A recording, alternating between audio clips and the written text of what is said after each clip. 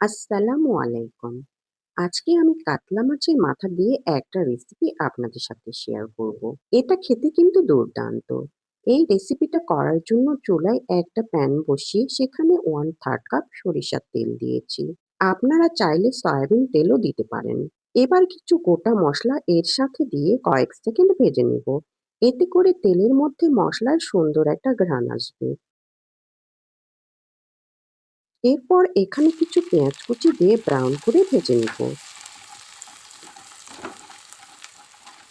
পেঁয়াজ কুচিটা ব্রাউন হয়ে আসলে এখানে দিব 1 টেবিল চামচ বাটা মসলা। এই বাটা মসলায় আছে আদা, রসুন আর জিরা। এবার মসলার কাঁচা গন্ধ চলে যাওয়া পর্যন্ত এগুলো তেলের মধ্যে ভেজে নিব। তারপর এর সাথে দিব 1 চা চামচ লাল মরিচের গুঁড়া, হাফ চা চামচ হলুদ, 1/3 চা চামচের মতো ধনিয়া গুঁড়া আর 1 চা চামচ লবণ। এবার সবকিছু একসাথে মিশিয়ে নিব। এরপর একটু পানি দিয়ে মশলাটাকে খুব ভালো করে কষিয়ে নিব। মসলা কষানো যত ভালো হবে খাবারটা খেতেও তত মজা হবে। মসলাটা কষানো হয়ে গিয়েছে। এবার আমি এখানে একটা কাতলা মাছের মাথা লেজ সহ 2টা পিস দিয়ে দিব। আমি এখানে কাঁচা মাছ দিয়েছি।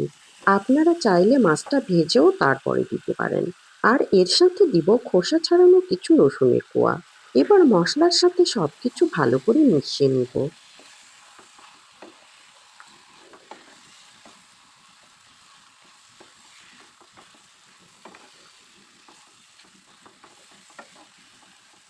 এরপর ঢাকনা দিয়ে ঢেকে দিব।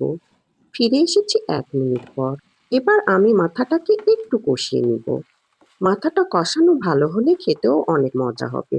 মাছের মাথাটা কষানো হয়ে গিয়েছে, এবার আমি একটু পানি দিব। তারপর ভালো করে নেড়েচেড়ে মিশিয়ে ঢাকনা দিয়ে ঢেকে দিব। ফিরে এসেছি 5 মিনিট পর। পানিটা প্রায় শুকিয়ে এসেছে। এবার আমি এখানে কিছু ধনেপাতা কুচি আর 4-5টা কাঁচামরিচ দিব। এতে এগুলোর খুব সুন্দর একটা ঘ্রাণ আসবে। এটা অপশনাল, চাইলে আপনারা স্কিপ করতে পারেন। এবার ঢাকনা দিয়ে ঢেকে দিব। ফিরে এসেছি 2 মিনিট পর। পানিটা প্রায় শুকিয়ে এসেছে। এবার আমি মাছগুলো আধা ভাঙা করে নেব আর পানিটা শুকিয়ে নেব। সচরাচর আমরা মুড়িঘন্ট করতে এর সাথে ডাল দিয়ে থাকি, কিন্তু আজকে আমি একটু ভিন্নভাবে মাছের মাথা দিয়ে মুড়িঘন্টটা করেছি। এটার টেস্ট কিন্তু দুর্দান্ত। আপনারা চাইলে রেসিপিটা ট্রাই করতে পারেন। বলতে বলতে আমার রান্নাটা হয়ে গিয়েছে। এখন আমি চুলাটা বন্ধ করে দিব। আমার রেসিপিটা যদি ভালো লেগে থাকে প্লিজ একটা লাইক করবেন আর এরকম আরো মজার মজার রেসিপি পেতে আমার চ্যানেলটা সাবস্ক্রাইব করবেন। আর আমার পেজটাকেও ফলো করে আমার পাশে থাকবেন। আপনারা সবাই ভালো থাকবেন। আল্লাহ হাফেজ।